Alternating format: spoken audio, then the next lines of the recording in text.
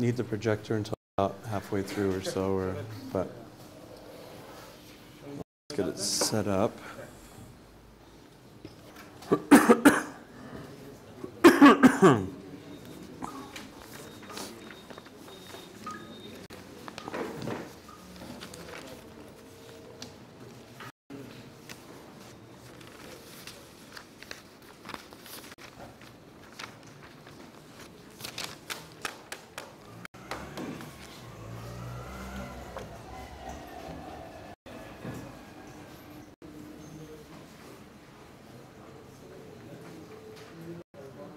Are we about ready to start, or should we start now or wait for a little bit? Okay, good morning, everyone. Welcome to the second day of talking about relativistic fluids. If you remember last time, we basically did a couple things, so let me turn the projector off. I won't need that right now. So that's, we talked about what fluids were, and the main thing that we learned, well, an important thing that we learned is that conservation laws play an important role in deciding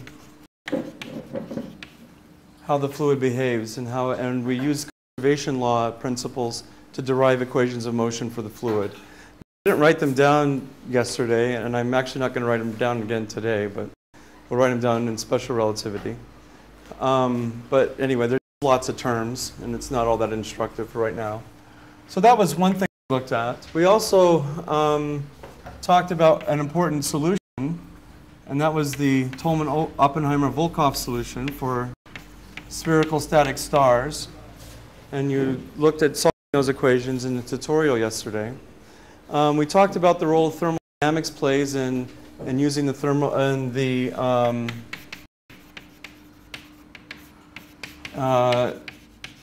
describing the fluid model and building the fluid model, and also the equation of state.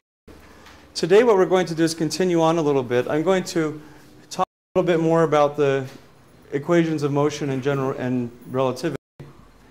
And then we're going to look at some model equations for fluids, and start looking at maybe some problems that can arise when we try to solve equations numerically.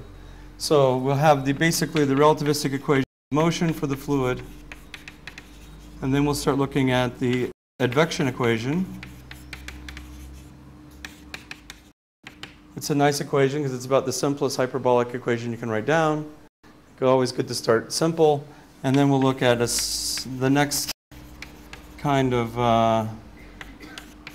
level of difficulty, which is Burgers' equation. So, and then we'll talk about some of the numerical issues that come up. We'll look at simple finite difference schemes like we've seen for the other equations, and then we'll find some problems. Okay, so that's kind of where we'll start. For the equations of motion, I don't want to, I'm not going to derive them all. It would take quite a bit of time to derive all of the terms in the full general relativistic fluid equations. So we just want to maybe hit some highlights here. When Thomas was here, I know he talked about, and other people have talked about, the 3+1 decomposition, general relativity. And this is where we imagine having different hypersurfaces that are space-like, and we have a foliation of them, so we have a different hypersurface for every time coordinate that we choose. And then we have variable quantities like an alpha and a beta that tell me basically how to go from one slice to another. And you saw that the metric that we wrote down in that case was something like this.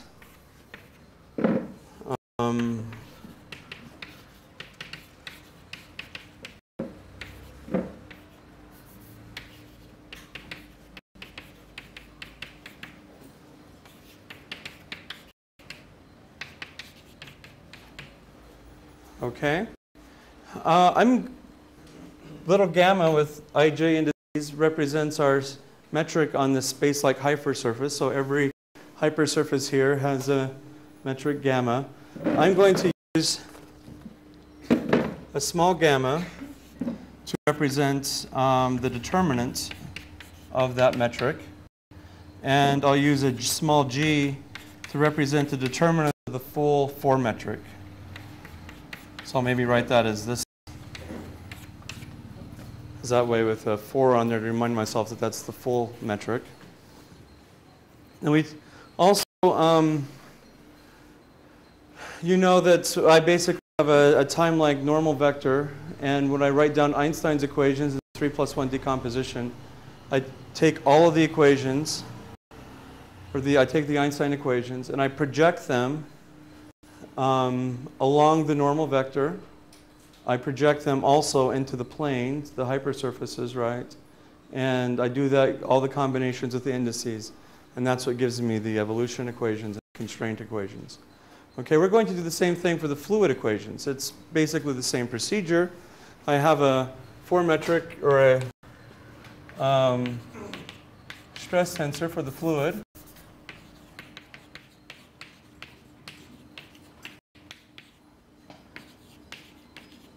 We wrote that one down. Now we talked about mass conservation last time as well, and I kind of derived it in a Newtonian way, and I kind of argued why I should put a Lorentz factor in somewhere. It might be nice to formally define a forecurrent, a mass forecurrent, which would be simply the rest mass density multiplied by the 4 velocity. And then my equations of motion are that both of these are divergenceless. So I have this equation and this equation. Those are my 2 fluid equations of motion. And now I basically going to project these into along the normal direction and into the hypersurface to get the full set of equations of motion. It's a mass current. So it's basically the 4 velocity multiplied by mass density. So it's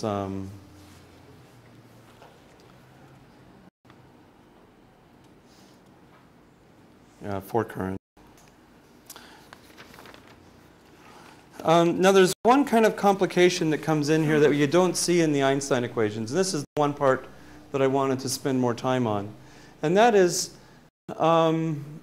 we have our privileged observer, and I'm going to call this observer O naught. Okay, big O, little o, but one's a 0 anyway. I've got an observer, a privileged observer. This is my coordinate observer. This coordinate observer is moving through the space-time with some 4 velocity, right? Now the fluid is moving with a different 4 velocity in general. And we need to figure out how to connect these 2 4 velocities together, because that's going to be important for writing equations of motion. So to show you how that's done, there's a nice diagram in one of the references I gave you. And if I can reproduce it here, what I'm going to assume is that I have, this is the world line of my coordinate observer. So I imagine the coordinate observer, who has this as the time-like normal, is moving through space-time. Time is up, space is horizontal. And I'll just put a O0 here to remind myself this is the world line for this particular observer.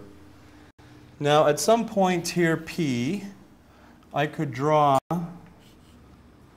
a unit time-like normal, and that would be the 4 velocity of my observer, right? My unit time-like normal is the 4 velocity. Now, this is my coordinate observer, and I said there's also a fluid moving through here, and the fluid is moving on different world lines. And so imagine we're following some fluid particle through the space-time, and the fluid is doing something, how do I want to draw this? Let's see. Maybe something, I don't want it quite like that. The difficulty is making sure the world lines and the tangents don't look like they're the same line here. That's why I'm trying to draw this a little more curved. And I can also have a unit time-like normal for, I'm going to call the fluid observer O. So that's observer O. This is the fluid. I guess I should say an observer moving in the rest frame of the fluid. It's following this world line. And this would be maybe the 4 velocity, the unit time-like vector, the tangent vector that is tangent to that world line, and I'll call that U. That's the 4 velocity of the fluid particle. Okay? And in my coordinate system here, I have my unit time-like normal pointing up. I know that that all of the points that are simultaneous, so here at point P, I'll call that point P. At point P, all of the points in space-time that are simultaneous to the, when the observer is at point P are along a line that's normal to the time-like normal. So there's a hypersurface here that's perpendicular to the time-like normal. All of the points along this line are simultaneous in the frame of O naught. Okay? I'm going to assume now that this fluid particle, after some time, has moved to a new location, point Q. And the amount of time that it takes to travel, I'm going to call d tau.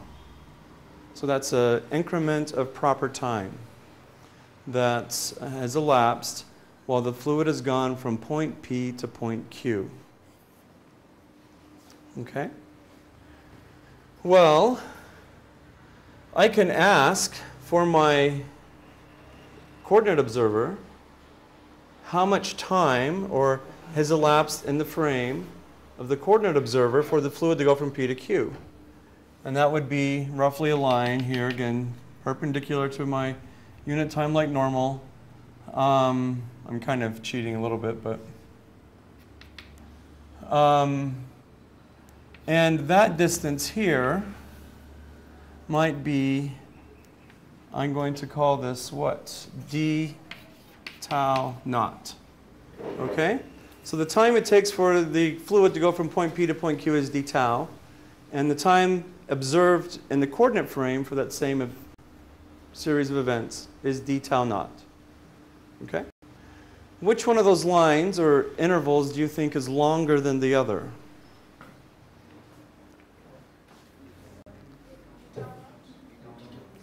D tau naught. Why do you say d tau naught? You're right. It's the correct answer.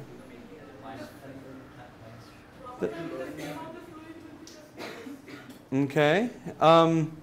Or just geometrically, remember that when I measure here, I'm not using Euclidean geometry where this line looks longer. I'm using Lorentzian geometry where lines that are going either vertically or horizontally have the same length but may have different signs. But when I go diagonally, those are the null lines, right? And so the closer I am to a diagonal line, the shorter the proper length is.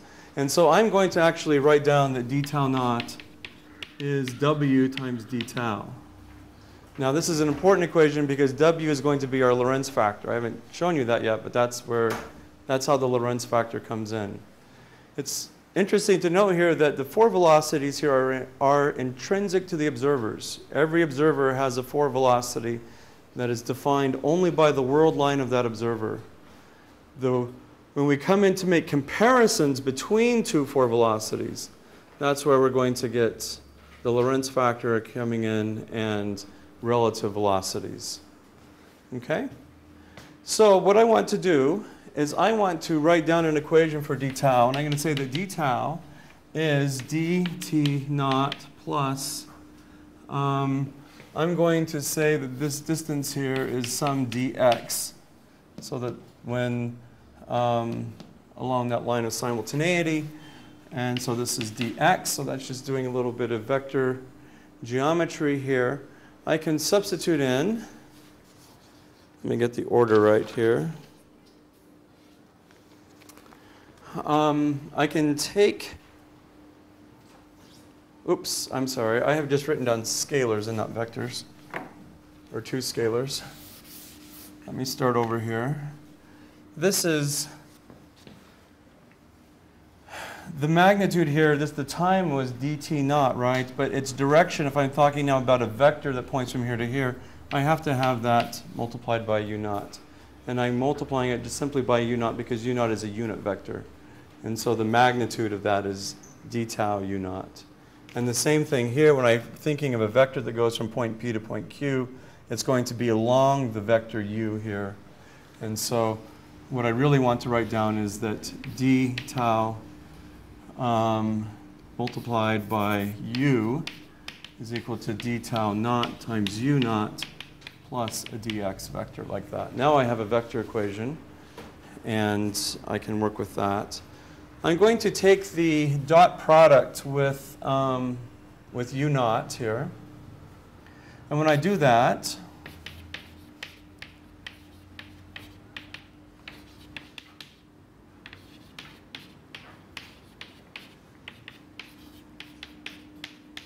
I get this. Now I've kind of exaggerated my picture here, but I imagine that this is an infinitesimal difference in time, so that these vectors really are orthogonal. And u naught and dx are orthogonal vectors, and so this dot product is 0. That goes away. D tau naught was equal to w d tau, so I can plug that in, and I'll get a w d tau here that will cancel the d tau over here. And so I'll see that I get u dotted into u naught is equal to a w. And then I have a u naught dotted into u naught. Well, this is a time-like unit vector, so that's simply -1 using units where c is 1. And I get this relationship now. So I've gone from specifying how time is different between the two coordinate observers now to having a relationship between the inner product of the 4 velocities. Okay? Now, I can ask, what is the relative velocity? If I am in frame 0 and I see the fluid particle moving by along this world line, I would say that its velocity, its relative velocity, would be dx over d tau naught. So the amount of time it takes to travel from here to here, and the amount of time d tau naught. So this would be my relative velocity between of the fluid particle in the coordinate frame. Have a question? So here, how are you defining u naught and u? They're the 4 velocities.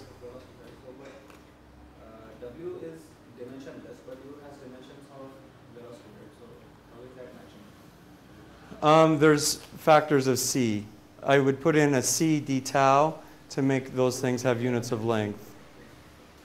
Yeah.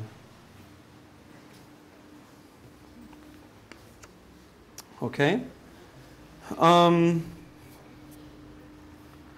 Let me see here. So I have this equation now.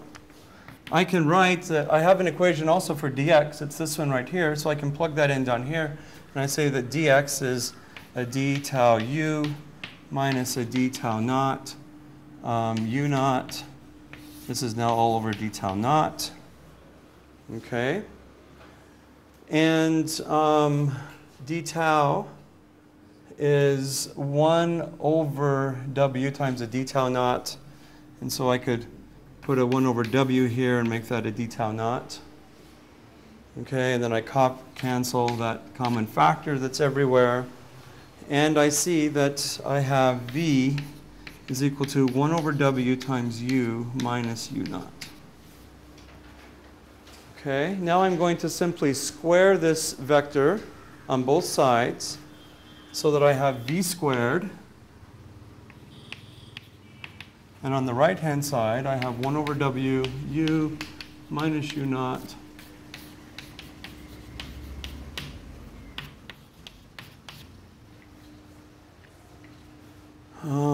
let's see. Probably doing that. There's some way to move the w around and make all this easier, but we'll just go ahead. I get basically a v squared here on the left-hand side. On the right-hand side, I have a 1 over w squared, and I have a u dot u, which is -1. I have a minus 2 over w, u dotted into u naught, and I have a plus u naught dotted into u naught when I square that out. And this one, of course, is again a -1 there. And u naught is what? That's negative w, right? So this is v squared is equal to -1 over w squared. This is simply negative w. So negative w multiplied by negative 2 over w is simply plus 2, right? And -1. That's good. This is math I can do now more easily. And I get that I have v squared is 1 minus 1 over w squared. I can solve for w, take this over there, and I'm going to get that w squared is 1 minus v squared. And so when I take the square root of this, this is the Lorentz factor that we're used to working with. So that's how the Lorentz factor arises in the equations. It comes in by considering how two relative velocities are, two four velocities are related to one another. Okay? Okay. So, Is the coordinate observer you're considering also the normal observer here? Is there any shift factor you're considering? you're asking about the coordinate observer and Is there any shift? a shift? I'm not writing that down yet. So I'm doing this actually all without the specific 3+1. I'm just thinking of world lines and just doing geometry. I haven't introduced, I don't need to introduce the 3+1 decomposition here. I'm just thinking about how two world lines are related to one another. Now when I actually go through and say, okay, take these equations and write them in 3+1 form, then I'll have to, well, actually the question you asked takes me to the next thing. So the v is the velocity of the fluid particle in the coordinate, right? Yes. Yeah, so v is the velocity of the fluid particle in the coordinate frame. And now the question that maybe you're asking is, how do we relate this now to our 3+1 decomposition? Okay, and what we're going to do now is I've called O0 the coordinate observer. If I am using a 3+1 decomposition, then my coordinate observer has a special 4 velocity, right? It's the unit time like normal for a 3+1 coordinate observer is now, this is where notation's changing again, right?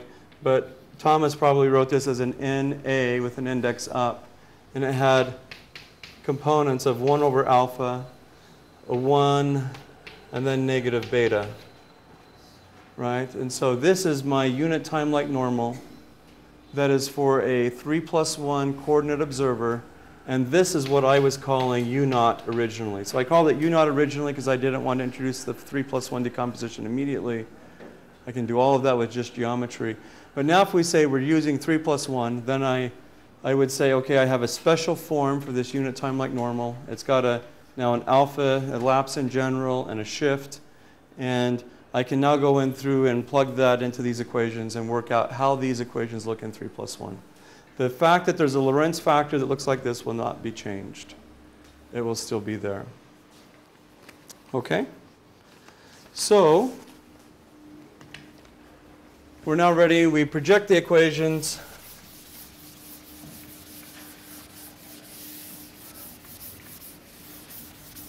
For our 3+1 coordinate observer.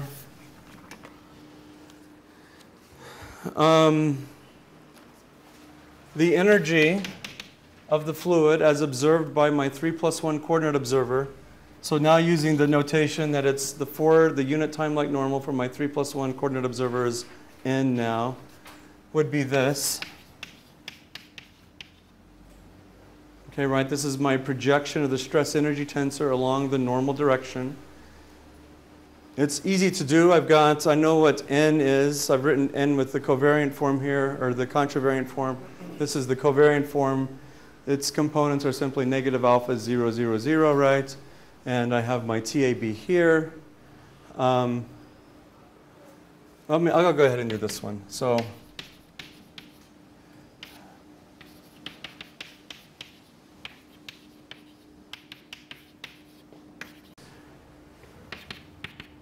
how would I expand this very first term? What would I put there? How would I write this down, do you think? When I'm doing this?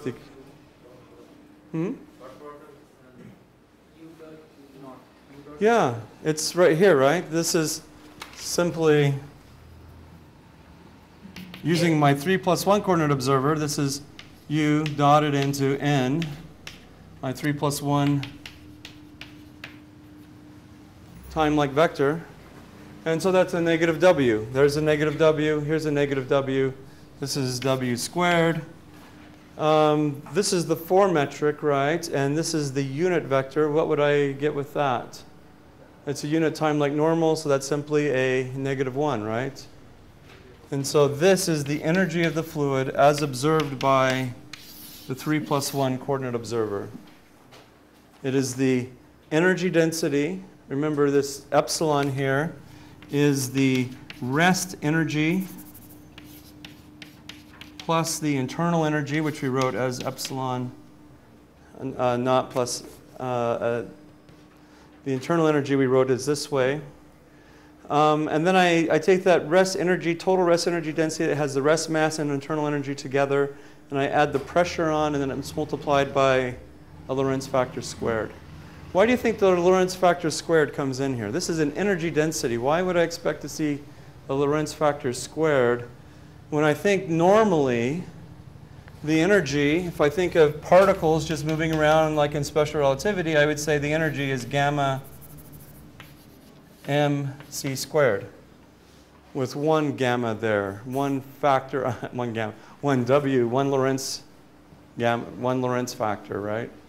This is how we would write the relativistic energy down. And yet here I have 2 Lorentz factors. It's the density again. I tricked you. I lied, and I said it was the energy. It's the energy density, right? And so it's the fact there's a density that brings in an extra factor of gamma. Or not gamma, the pretend gamma. People, when they want to, sometimes when they work with fluids, they like to have expressions that kind of naturally, in the limit, become the Newtonian-like equations. And so sometimes we introduce a new variable called tau, which is the energy, the total energy, minus the rest mass term. And, oh, I haven't told you what the rest mass term is yet. So, well, I'll tell you now. It's called D. So we'll write that one down in a moment. But anyway, I'll come back to that. OK, so that's the rest energy. Let's look at the momentum is done in the same way. If I want to know the momentum observed by my coordinate observer, I would write down something like this.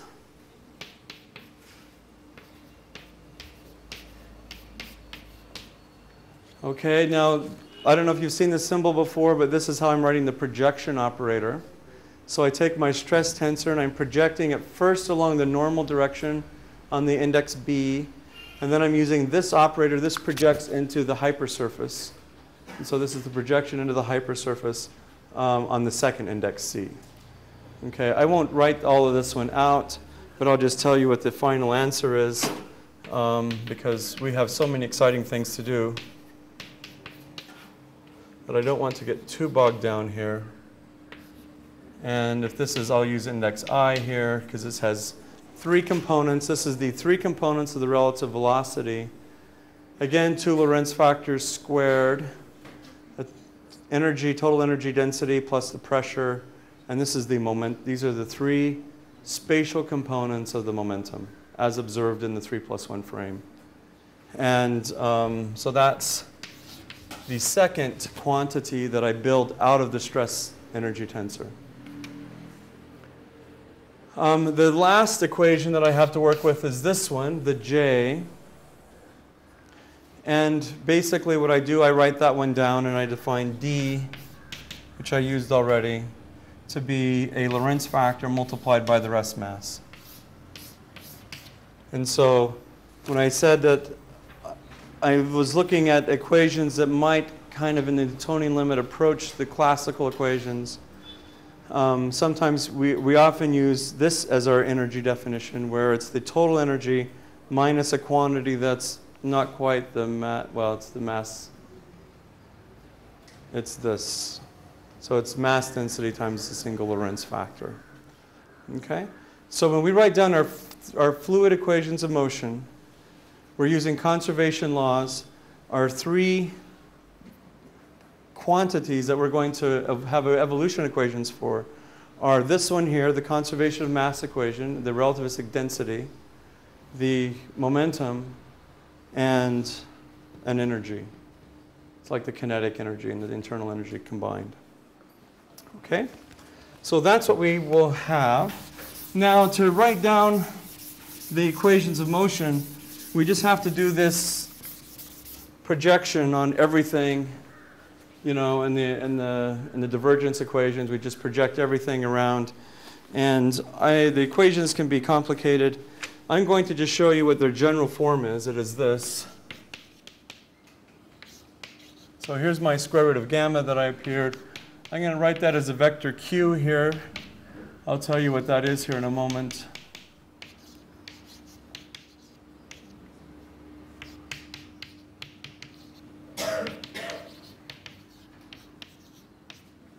Okay, what I have is I'm defining q to be a state vector of my interesting variables, my three conserved quantities of mass, momentum, and energy.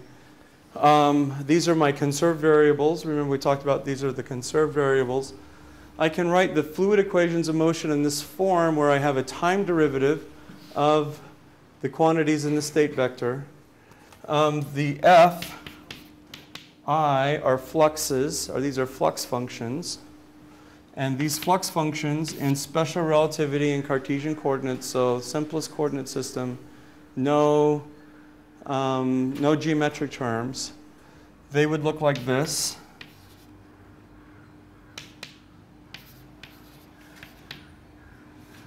Let me call that, never mind, let me call that J here. It doesn't matter, I guess, too much. I'll make that an I and that a J.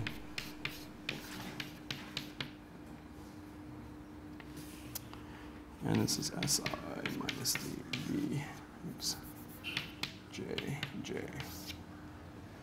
So these are the flux vectors. There are three of them indexed by J. So there's a flux vector, say, that has d multiplied by velocity in the x direction, one with v multiplied with the y component of the velocity and the z component of the velocity. The pressure appears with a delta, Kronecker delta here. That's because the pressure appears only on the diagonal terms of the stress energy tensor. So only when I and j are equal do I have a pressure there. And then I have a final term for the energy equation. And in special, so this is only in special relativity Cartesian coordinates. And in special relativity and Cartesian coordinates, that is simply 0. There are no sources. How index of matching is from I'm sorry, what? the index are not matching. Did I miss an index?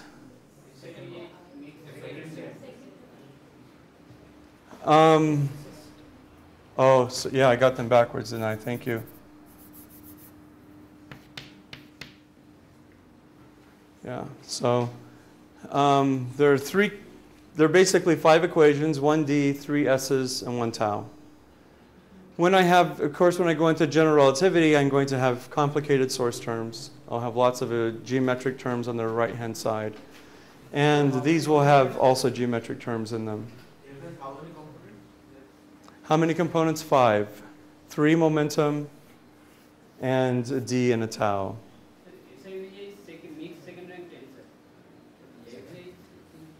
Hmm? F is second rank tensor or? Don't think of it as a tensor. It's a flux vector.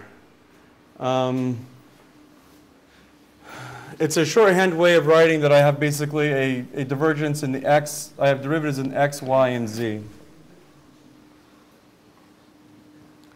So I haven't defined it as a tensor in the sense that there's no contravariant coordinate-independent representation of this. This is just more of a, these indices are just for convenience in writing down the equations. Okay?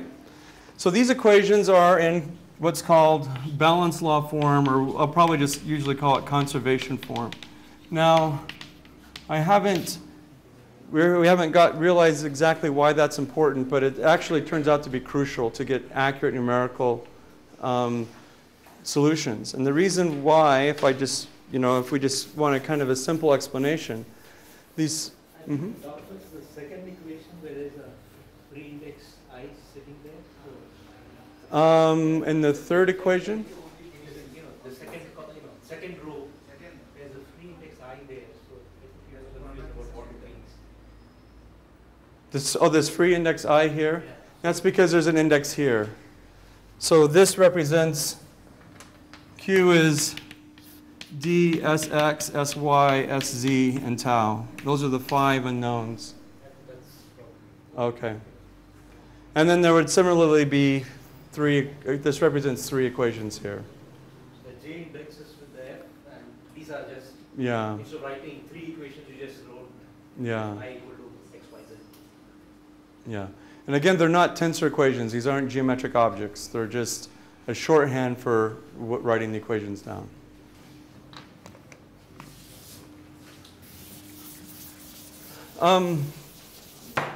If we go back and remember all the way to the beginning, conservation laws, integral conservation laws were key to defining what we meant by the fluid model and knowing what was conserved. We've kind of assumed that the equations are, that the functions are differentiable when we write down, you know, these equations, and I haven't written it down, but if I write them down in differential form like this, say in 1 dimension, special relativity, Cartesian coordinates, that would be the continuity equation. I might see it in a paper written like this. This form here has come about only because I've assumed that D is differentiable everywhere. Because it started out as an integral equation. It told me I had something conserved in a fluid volume, and because there was something conserved, I wrote an integral over it, and I looked at the time derivative, and if everything was differentiable, I could get it in this form. Now, we're going to find, of course, that things aren't always differentiable. I will get shocks, discontinuities. And what I'll find out is I need to have numerical methods that are also built on conservation laws to accurately represent these solutions. And so I'm going to mention conservation form a lot because our numerical methods will all be built assuming that there's a conserved quantity that I'm maintaining as I go through the evolution. And that's what's necessary to have something that's reasonably accurate. Okay, so I have these equations. I have them in a balance law form or a conservation form. We can ask now what we can learn about these equations. Just quickly here, sometimes it's useful to write them in a different form, not conservation form.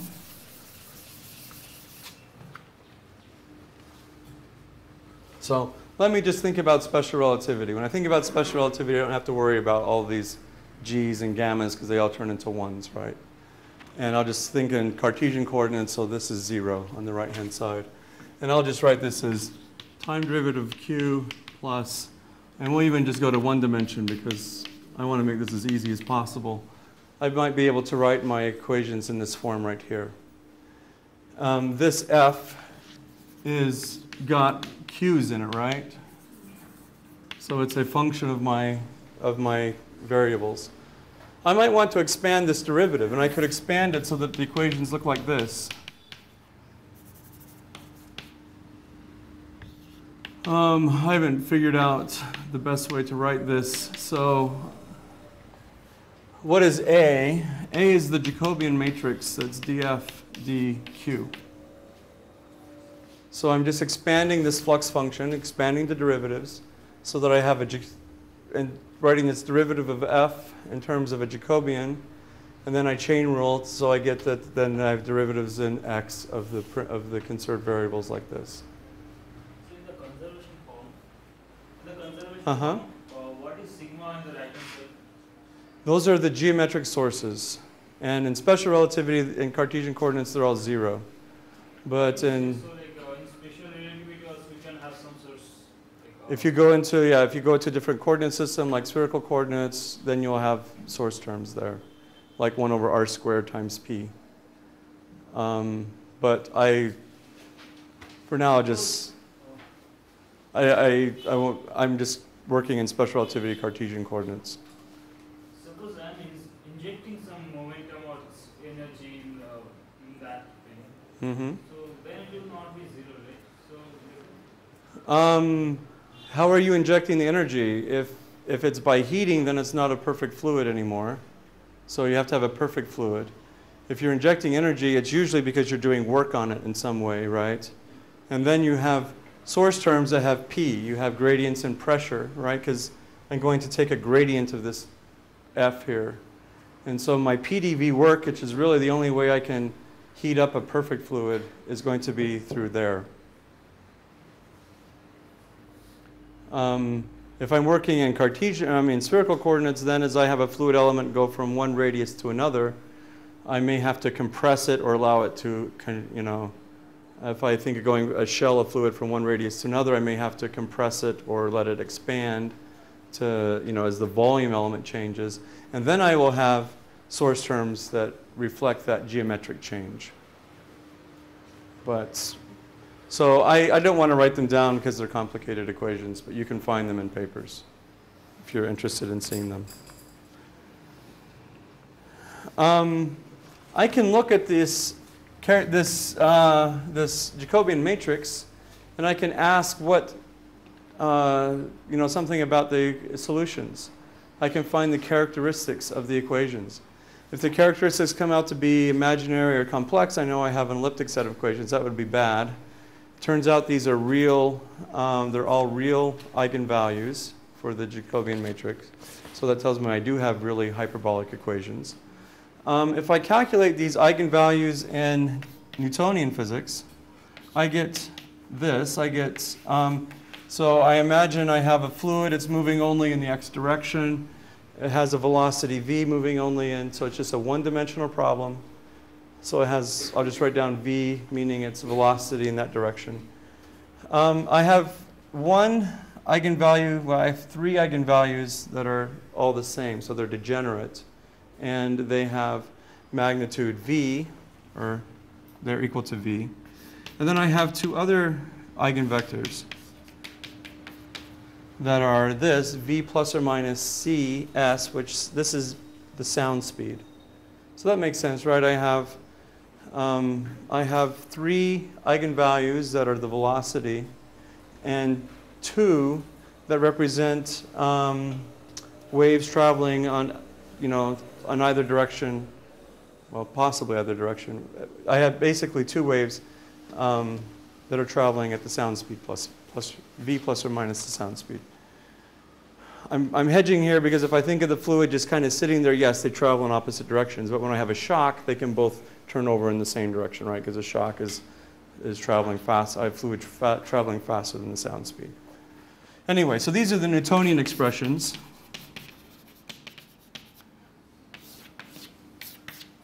There are three of these. I'll write the three there so you remember that those are degenerate eigenvalues. When I go to special relativity or general relativity, the eigenvalue structure is completely equivalent. I have three eigenvalues that are degenerate. I'll have some alphas and betas that will be mixed in here, right? Because the shift tells me something about, the total velocity. And then I'll have two eigenvalues that are traveling with speeds, something related to the sound speed. They're long expressions. And again, I don't think I want to write them down. But we'll just remember that that's the structure, that there are three linearly degenerate eigenvalues and two that are more complicated, or that travel at a speed related to the sound speed. Okay? So that will be important in a moment here. There's one final thing before we go on to the next part, and that is this. Imagine I'm now solving these equations on a computer, okay?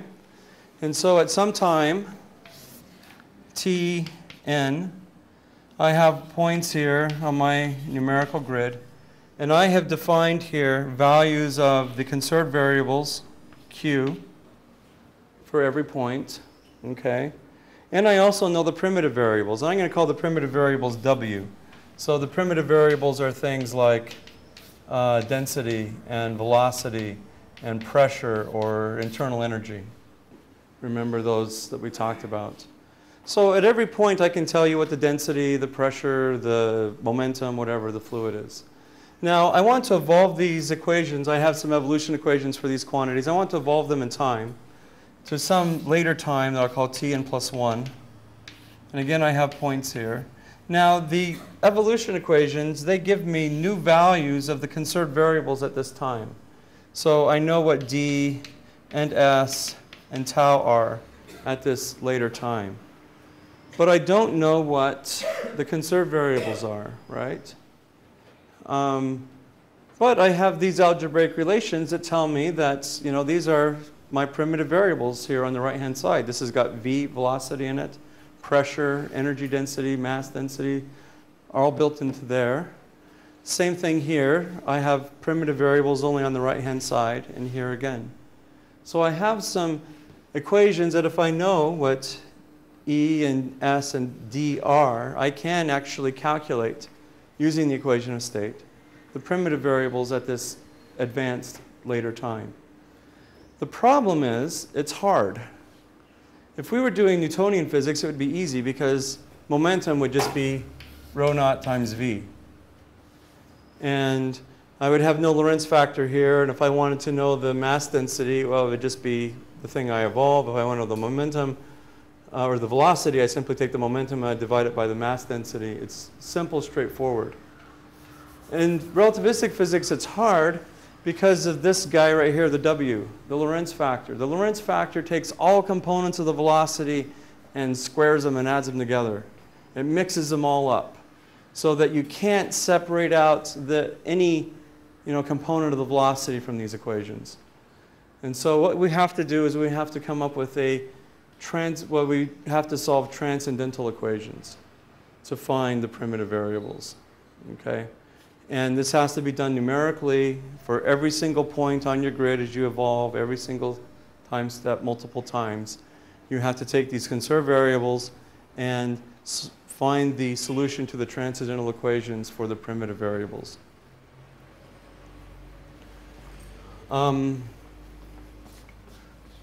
I want to sketch out how you do that.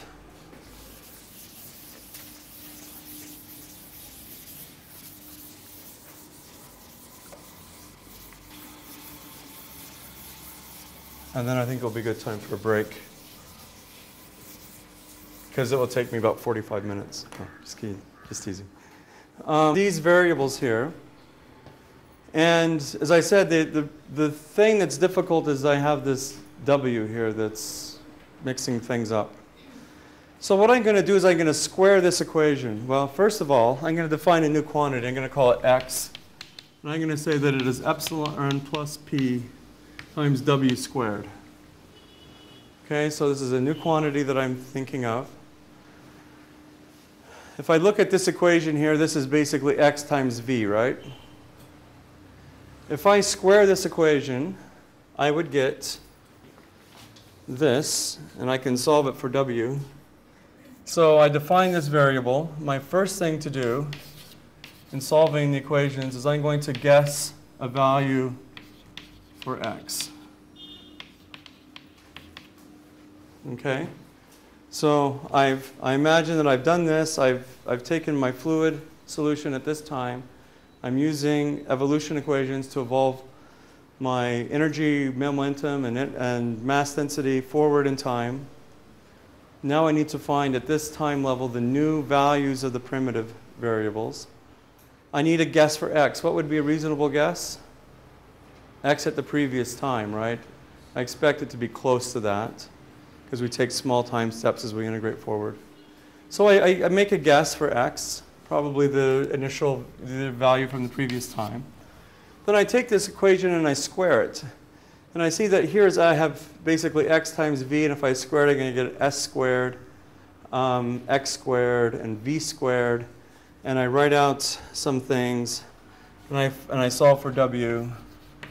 And I get that w squared is x squared over x squared minus s squared. Now remember, momentum is the thing that I know. I know what the momentum is, so I can square it, and that's fine. And x is, I already have a guess for what x is. So given my guess for x, I can now calculate a guess for the Lorentz factor. Then I can calculate the rest mass density by doing d over w. So again, d is my evolved variable. I know what that is at the advanced time. I now have a guess for what w is. So that gives me a rho naught. Now I look at what?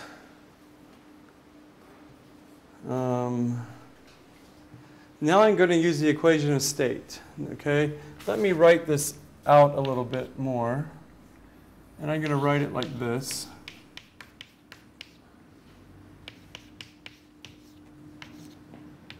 Right, that's expanding what I mean by this epsilon right here. And I know that P, the equation of state, is gamma minus 1 rho naught epsilon. Hey, that's the exact quantity that's right here, right? Rho naught times epsilon. And so using the equation of state, I can write that X is rho naught. What can I say? It's a rho naught plus a gamma times pressure over gamma minus 1 times w squared. Okay. Now, if you look at that equation I just wrote down, you can see that I can now solve for the pressure.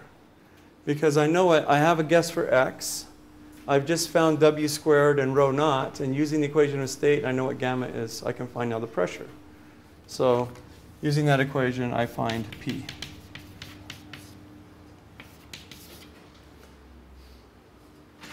And P is what? It is x over w squared minus rho naught times a gamma minus 1 over gamma. Something like that. So that gives me the pressure. And then the final thing I'm going to look at is the equation I have here for tau. Okay? This is also an x, right? This is epsilon plus p times w squared. That's my x. And it's got a p in it. So let me write it in terms of tau. And I can see that, let me write it over here, that tau is x minus p minus d. Okay? I know what tau is. I know what d is. I have a guess for x, and I have a p. So that equation, if I plug everything in, I've got a guess for, I have a value for every one of those 4 variables there. If I plug them all in, and if I have the right solution, what should happen? That should be 0, right? And so if I think of now, okay, I don't have the exact solution, then I'm going to have something non-zero. And so the way I'm going to write this is I'm going to call this now a function f of x, and I'll move the tau over there. And if this function is zeroed out, then I have the right answer. If it's not, then I've got some work to do. So I can calculate from a root solver a new value for x. So my new value for x will be given by the solution where f is 0. So I find where f crosses 0. That is my new value for x. And then I go up and I start this all over again. This is a general technique for solving equations of this type, root finding. There are different things you can use. I have analytic expressions everywhere. And so I want to use the Newton-Raphson method numerically to solve this, because that's a method that when I'm doing root solving, right, I'm doing root solving on this step that converges quadratically with every guess. If I use bisection, the convergence is slower. And that basically then finishes it up, because once I have this equation zeroed out, I know what x is, right? And actually I know everything, right? Once this zeroes out, then I've got p, I've got rho naught, I've got everything but the velocity, right? And how do I get the velocity? Well, I know what w squared is, and I come back to the momentum equation. I can solve for the velocity. So that gives me the solution, everything I need to know. This is called a primitive solver. Often in papers, when you read papers on relativistic fluids, they'll talk about having a primitive solver or primitive variable solver. And people will often brag about how good their primitive solver works because these equations can be hard to solve. When you get into relativistic and fluids with small densities, these equations are difficult to solve, meaning that they have things that look like this. And if you've done root solving, you know that when your function does this kind of stuff, it can be hard for root solvers to figure out where it crosses 0 because they might just go shooting off way over here or get lost. And so it does take some work and some care when you're writing a real fluid code to get this to work robustly. But you can do it. It just takes some care. Okay? So I think I will stop there and we can take a break. When you come back, we'll talk about some model equations and start looking at numerical solutions. Get some simple model equations for the fluid equations. So it takes a lot of work to write a completely functioning fluid code. And we want to understand the numerical methods first. So we're going to step back a little bit and look at some simple sample problems and try to understand what numerical methods work well, what are the issues, what are the features of the solution, what are some potential problems that I might run into. Then after we learn these things, then we can kind of decide, okay, now I want to solve the fluid equations. This is the technique that I'll try. And that will give us a good way to get started. So we're going to start off with something that looks very, well, it's the easiest, I said, it's like the easiest hyperbolic equation you can write down. It's simply the advection equation. You've already been looking at the wave equation, right? And the advection equation is basically half of that.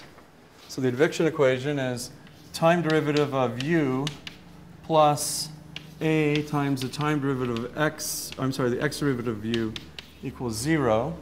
U is a scalar function here, so it's just the scalar advection equation. These partials with subscripts represent partial derivatives. And a is a constant. Just some real number. Excuse me. And I'll choose usually, a is bigger than 0. Okay? So very simple equation. You probably already know the exact solution, right? What would it be? If I told you that I had some Cauchy problem where at, for time bigger than or equal to 0 and on the domain x from minus infinity to plus infinity, and I told you that u at x and 0 is equal to some function, call u naught, times x, you could probably tell me exactly what the answer is, or the solution for all time is, right? What would you write down? For u of x and t,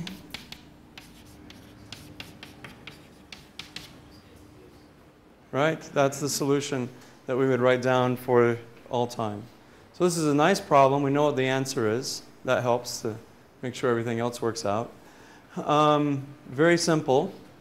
When we analyze these hyperbolic problems, as I mentioned with the fluid equations, we like to look at the characteristics. So we can ask, what are the characteristics for this equation? The characteristics, I imagine plotting the solution again in a space-time-like diagram. I have x and t. And I want to have curves that represent how the solution changes as I go from one time to another. And so I look at the lines x as a function of t. And I say that these lines, dx dt, are equal to simply a, okay, the constant a. And then I might ask how the function changes along these special characteristic lines. I'm just going to tell you those are the characteristics. This didn't come on. Did I need to? I bet my computer's asleep. Maybe that's why. And now maybe that it's awake, it will connect.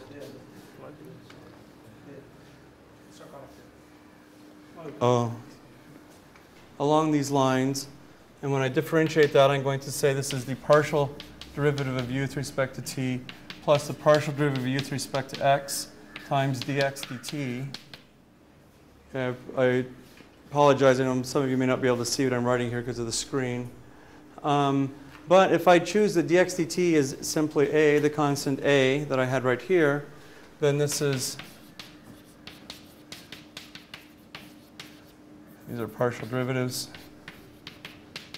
And that's equal to 0. That tells me that the total time derivative of the function along these special curves called the characteristics does not change.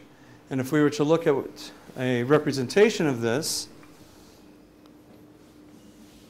well, let me see what I see. There we go. And now let's make this window smaller. Yeah, is this fit?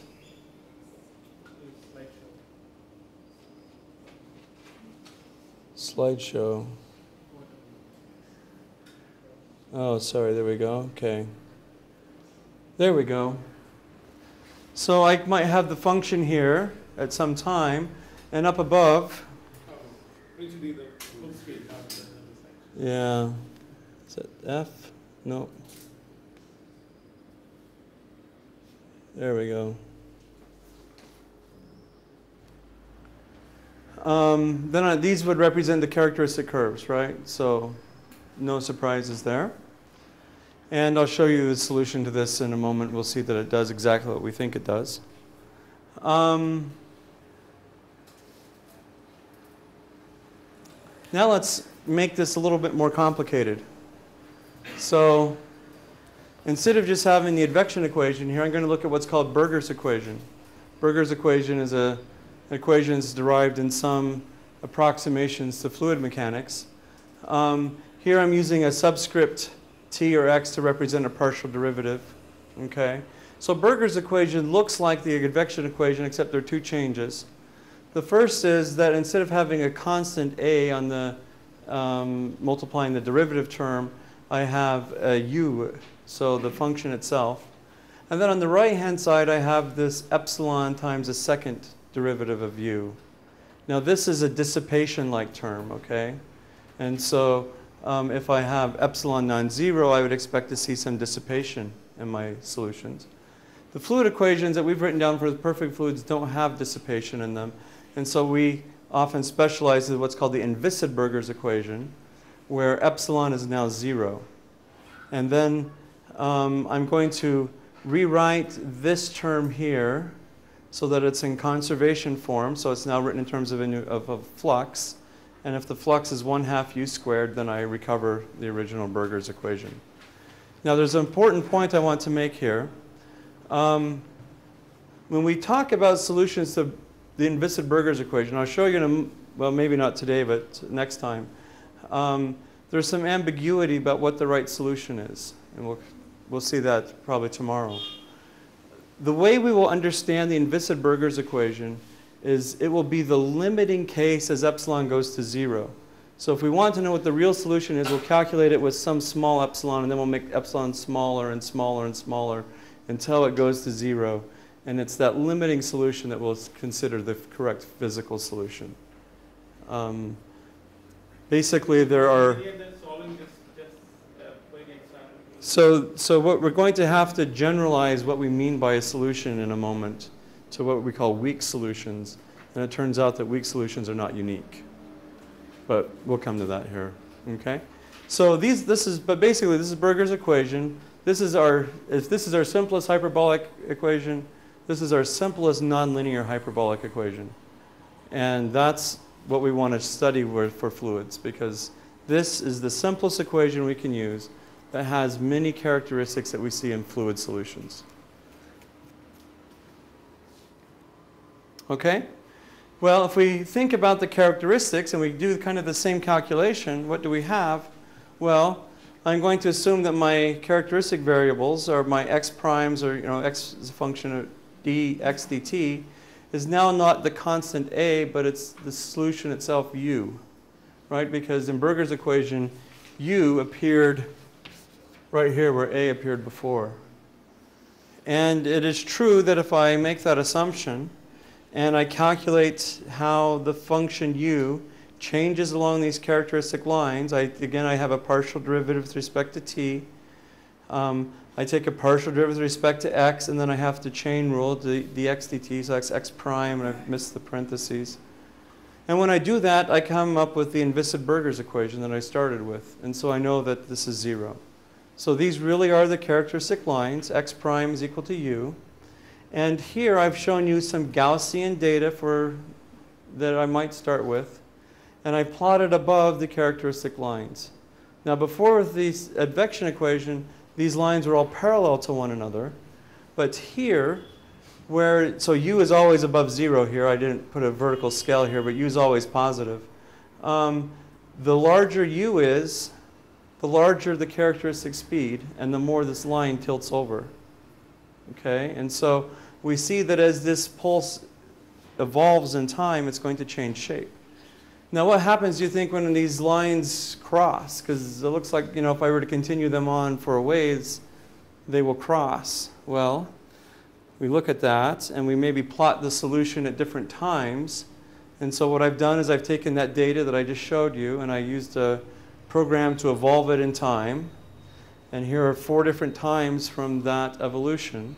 And up above, I've shown the lines for the characteristic directions.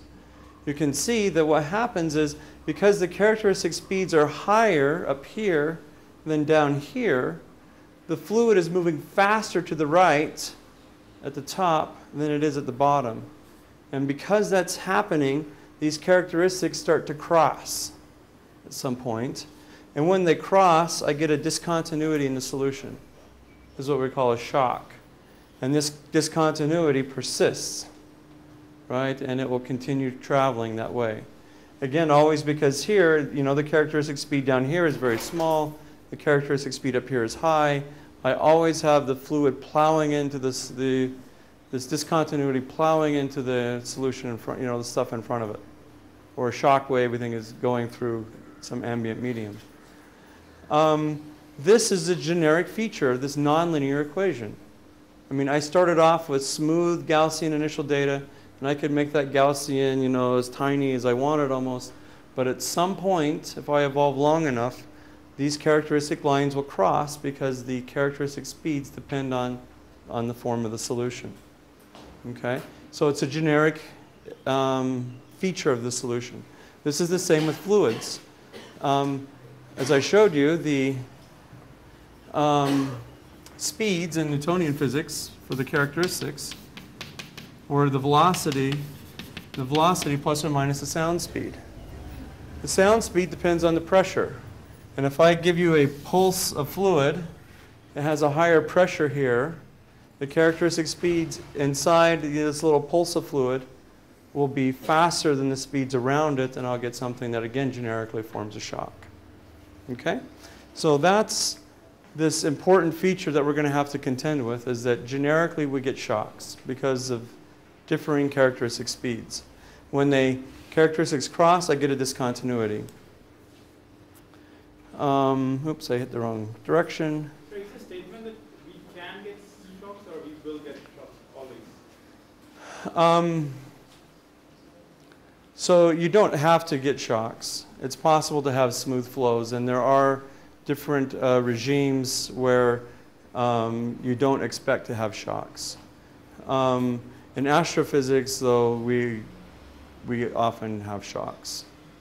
So in astrophysics code, we always work with the compressible fluid equations. So sometimes you'll see, people solving something in the incompressible flow limit, and that's where they're assuming that no shocks can occur.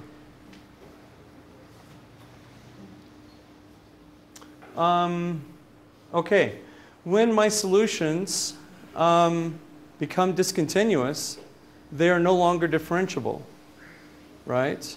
And a classic solution to the PDE no longer exists, because my PDE that I wrote down like this requires that I have, well, that's not Burgers' equation, but let's make it Burgers, the Inviscid-Burgers equation, put a U there now. If this nonlinear equation has a discontinuity, it's no longer differentiable, the solution, and it's no longer a classic solution of this differential equation. But we see that it happens, and so we generalize the notion of what we call a solution by using what's called a weak solution. And the notion is basically this. You take a function that's at least differentiable one time, phi, and you multiply it by your PDE. Then you integrate over the total domain. So I've got my things out of order. This would be like integrating 0 to infinity in time, negative infinity to positive infinity in space. And I integrate over everything, okay? And when I do that, I'm going to integrate by parts so that I change the derivatives from the function or the solution u to derivatives of my function phi. And remember, phi is differentiable. And when I integrate by parts and I throw away the boundary terms at x equals plus and minus infinity and t equals plus infinity, I have one boundary term left over from the integration by parts, and that's at time equals 0. And other than that, then I have this equation here where now everything should be well defined in this integral because phi is differentiable, and I just have the solution u and the flux function f. Okay? If this equation holds for any C1 function phi, then we say that u is a weak solution to the conservation law. And that's what we're going to now talk about, are weak solutions and not the classical differentiable solutions, because we expect to have discontinuous solutions. Weak solutions are not unique. I mentioned that. I'll show you an example probably tomorrow. I don't have time today. And so we have to be careful. And that's why when I said when we talk about the Inviscid-Burgers equation, we will think of it as the limit of always adding a little dissipation to the problem to see what the physical solution is. Why are weak solutions important? Well, you might wonder, how in the world did you come up with this? Well, of course, I didn't come up with it. Someone else did. How in the world did they come up with it? Well, this is from Lax and Wendroff, two mathematicians, have a theorem that says that if I have a conservation law, and if my numerical method for this conservation law is conservative, and it is convergent, so that means it's stable and all these other things. Anyway, if it is convergent, then the solution will be equal, it will converge to the proper weak solution. So there's a mathematical theorem that tells me for these numerical methods we're going to use, if it is a stable convergent numerical method, I will get the proper weak solution. And that's why, actually I will get a weak solution that satisfies the original ODE. Okay? This should hold for any f. I mean, Yes, any phi. How to quantify this statement in your schema? How do you understand that? In practice, you don't do that, but your numerical methods are derived using stability conditions that will satisfy the conditions that this theorem requires. And so it's more of an idea that you use in developing numerical techniques rather than looking at the specific solution that you calculate. So there's a lot of mathematical analysis that goes into developing these methods. The last thing I want to do, and we're almost out of time, but I want to show you some things that can go wrong, because this was kind of fun. Hopefully this will work. Okay, this is the advection equation. We're going back to our nice linear advection equation. I put on some called top hat initial data, so a square pulse. And I've got a particular choice of A. I chose A to be 1. And this is an analytic solution. I've got periodic boundary conditions, and you can see that it's not changing. It does kind of exactly what we thought it would do. We just put x equals minus t here times where I've chosen A to be 1, and that's my solution. I might ask, how do I find a numerical solution to that? Let's pretend that we don't know the answer and that we need to find a numerical solution.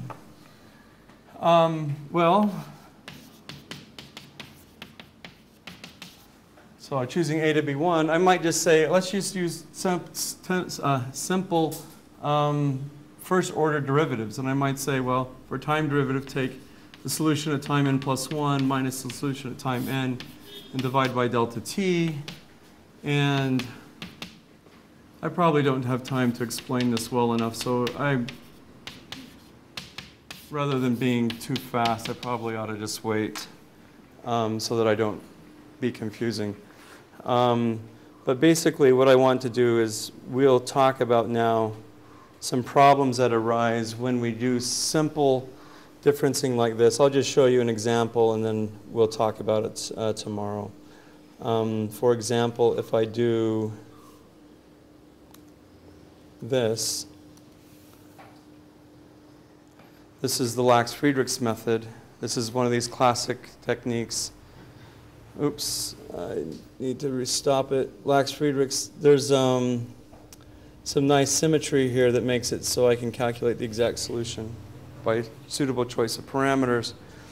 But in my numerical method, I might get something that looks like that, which is starting to look less and less like a little top hat moving across the screen. And I say, you know, the problem with Lax-Friedrichs is I don't have enough accuracy, so I'm going to use a method with higher accuracy. And it starts to do that. Discontinuous solutions give problems when you try to do simple differencing, numerical differences. All these methods I'm showing you are the kind of the simple, straightforward way to do finite differencing.